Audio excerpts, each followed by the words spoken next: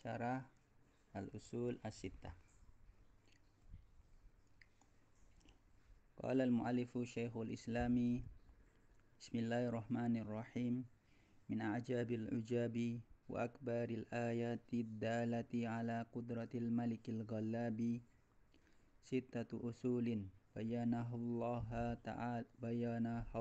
ta'ala bayanan wadihan lil awami fawqa ma yadhunnu adh-dhanuna thumma ba'da hadha ghalita fiha kathirun min adhkiya'il alami wa uqala'i bani adama illa aqallal qalili. Berkata pengarang, yakni Syekhul Islam Muhammad bin Abdul Wahhab, Bismillahirrahmanirrahim. Dengan nama Allah yang Maha Penyayang lagi Maha Pengasih. Di antara keajaiban yang paling menakjubkan dan ayat-ayat terbesar yang menunjukkan kekuasaan Raja yang Maha Mengalahkan adalah adanya 6 prinsip yang telah dijelaskan oleh Allah Subhanahu wa Ta'ala dengan penjelasan yang nyata bagi orang awam sekalipun, jauh di atas persangkaan orang-orang yang menyangka. Kemudian setelah itu banyak kekeliruan yang menimpa orang-orang cerdas di dunia ini dan juga manusia-manusia berakal dari keturunan Adam, kecuali hanya sedikit penjelasan.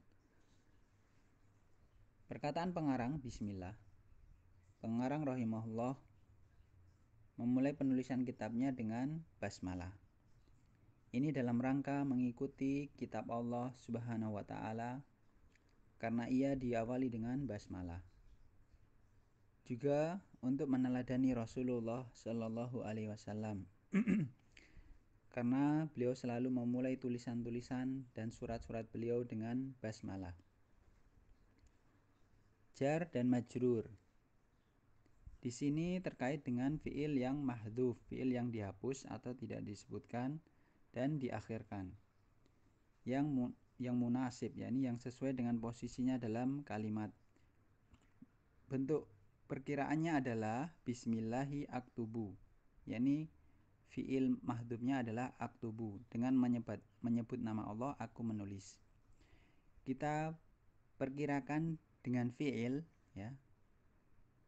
Maksudnya dikira-kira yang dihapus adalah fiil karena asal dari suatu pekerjaan adalah fiil atau perbuatan.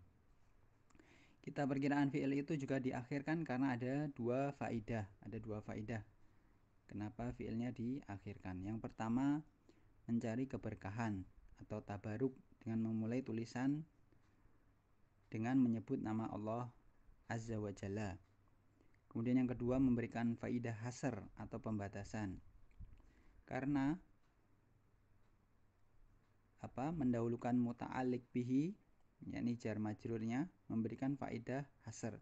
Kita katakan juga munasib atau sesuai, karena hal itu lebih menunjukkan kepada maksud yang ingin disampaikan.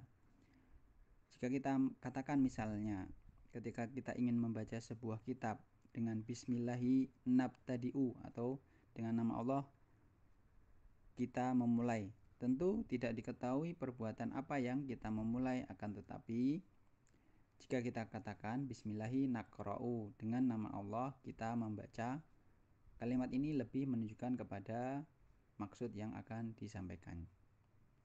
Kemudian perkataan Allah.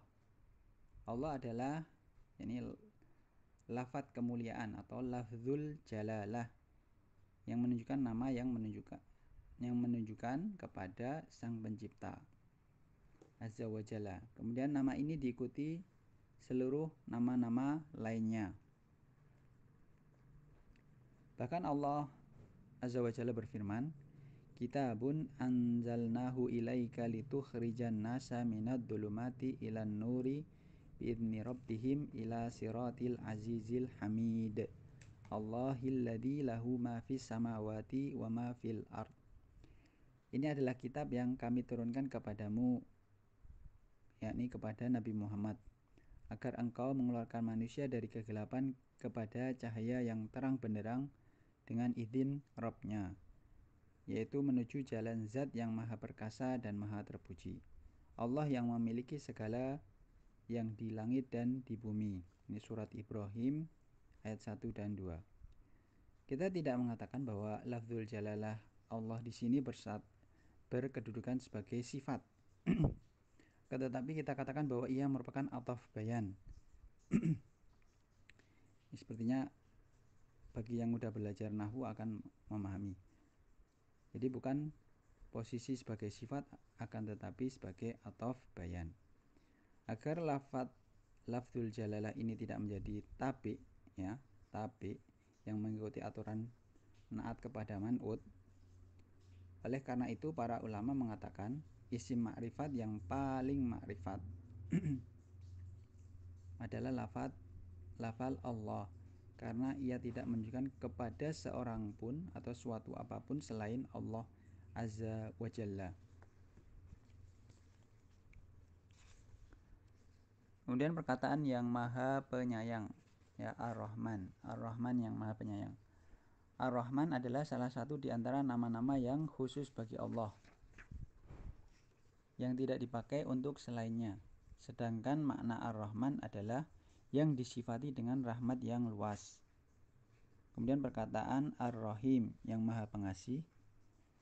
Ar-Rahim merupakan nama yang digunakan untuk menyebut Allah Azza wa Jalla dan untuk selainnya. Sedangkan artinya adalah pemilik rahmat yang terus bersambung.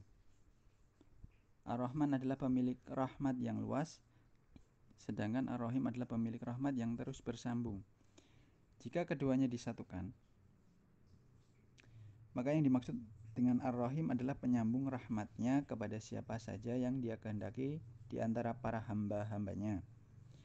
Seperti firman Allah Azza wa Jalla, yu'adzibu may yasha'u wa yarhamu may yasha' wa ilaihi tuqalabun. Dialah Allah yang mengazab siapa yang dia kehendaki dan memberi rahmat kepada siapa yang dia kehendaki, dan hanya kepadanya kalian akan dikembalikan. Surat Al-Ankabut ayat 21. Sedangkan yang dimaksud dengan Ar-Rahman adalah yang maha luas rahmatnya.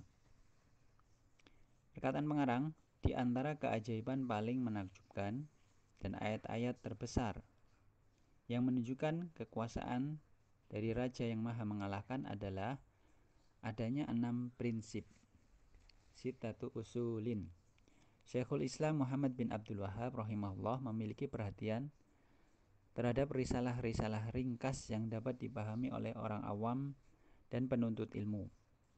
Di antara risalah tersebut adalah risalah tentang 6 prinsip yang agung. Yang isinya adalah, pertama adalah ikhlas dan penjelasan mengenai lawan darinya, yaitu syirik.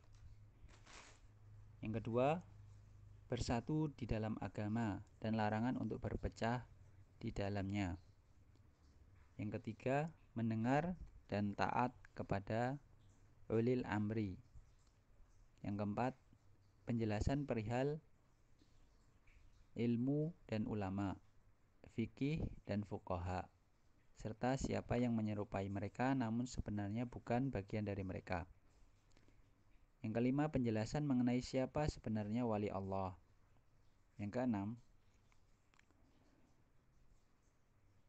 menolak syubhat, ya, bantahan syubhat yang diusung oleh syaitan dalam rangka meninggalkan Al-Quran dan As-Sunnah. Keenam prinsip ini merupakan landasan yang sangat penting sehingga layak mendapatkan perhatian. Kita memohon pertolongan kepada Allah Azza wa Jalla dalam memberikan uraian keterangan terhadap 6 prinsip ini dengan kemudahan yang diberikan oleh Allah.